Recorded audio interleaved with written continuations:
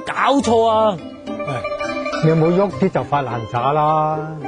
因為不滿咧而發脾氣、發牢騷呢種行為咧，我哋成日叫做發爛渣嚇。咁其實發爛渣咧係發爛也引申過嚟嘅噃。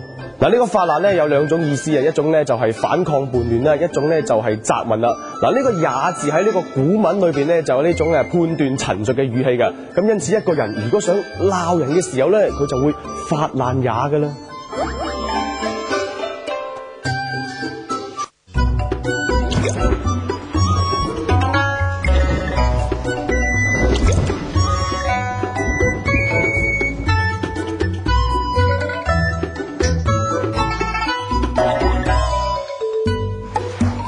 廣東詩即係醒獅啊，佢嘅最大賣點就係一個醒字。點樣使到隻獅子醒起嚟咧？咁就係關鍵所在啊！首先就醒着個獅頭夠手工。上集就講過啦，南獅主要係睇獅頭啊嘛。唔講你可能唔發覺啊，傳統嘅南獅頭啊，通常係有紅、黃、黑三種色調。嗱，黃面嘅獅頭咧，裝飾就顯得高貴。睇落柔和而慈悲，紅面獅頭咧有兩個好似金錢咁嘅圖案啊，後邊咧披住紅黑綠咁三角巾，睇上去咧英勇而有義氣。黑面獅頭咧有兩隻牙爆出嚟嘅，雙眼就赤紅，睇落咧勇猛而粗暴。原來啊，呢三種獅頭嘅面譜啊，正正對應住三國嘅人物劉備、關羽、張飛。不過咧，獅子按人物嘅性格嚟造型啊，做出嘅亦都只係一件道具嚟啫。賦予獅子靈性嘅，始終係靠舞獅嘅人，特別係舞獅頭嗰個人，功夫了得嘅舞獅人啊，真係能夠將隻獅子啊舞得栩栩如生。咁正所謂外行就睇熱鬧啊，內行啊睇門道。有啲熟悉醒獅技藝嘅老行家咧，仲會同你講解每一套醒獅嘅動作啊，其實都係一個唔同嘅故事喺裏邊。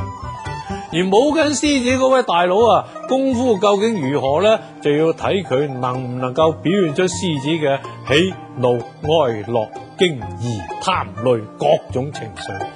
真正能夠表現出情緒，就要有好好嘅基本功，手部動作同步伐要配合好，要有足夠嘅臂力、腰力、彈跳力，仲要有硬橋硬馬嘅裝上功夫。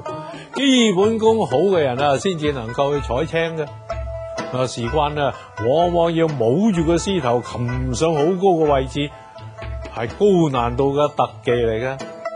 嗱，講起採青咧，又有傳說啦。嗱，原來話獅子採青啊，起源於清朝，含有反清復明嘅意思嘅。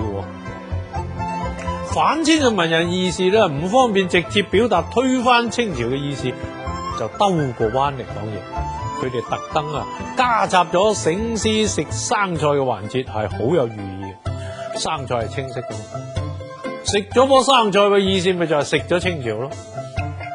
由於清廷啊唔知道呢個秘密，而且採青呢個環節咧又生動精彩，所以採青習俗咧就一直流傳落嚟啦，而且成為一套醒獅嘅高潮添。咁到咗而家，採青咧已經冇咗反清復明嘅意思啦。不過廣府人啊係幾時都唔會蝕底嘅，將生菜諧音為生財。話有隻醒獅嚟你間鋪頭或者你住屋門口採過青，就預示你來年生生發發咯咁，咁咪又可以將隻獅子得得戚戚咁舞落去咯。咁啊有好多廣府俗語啊係由醒獅呢種活動引申出嚟。以前啦我講過嘅擒青啦，舞出嘅大頭髮啦都係。咁其實啊攞彩同埋獅子開大口呢兩種講法啊，亦都係同醒獅採青有關。再嚟睇下今日我哋越級挑戰嘅題目，慈姑椗指嘅係乜嘢呢？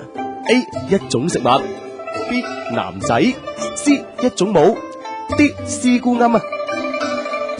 喺聽晚6點前發送38加答案編號到1066635，答中嘅朋友就有機會得價值300蚊嘅豐富獎品啦。通過以下網址或者係短信方式向余老師提出問題，都有機會攞到獎品嘅噃。越講越過癮，我哋下期再見。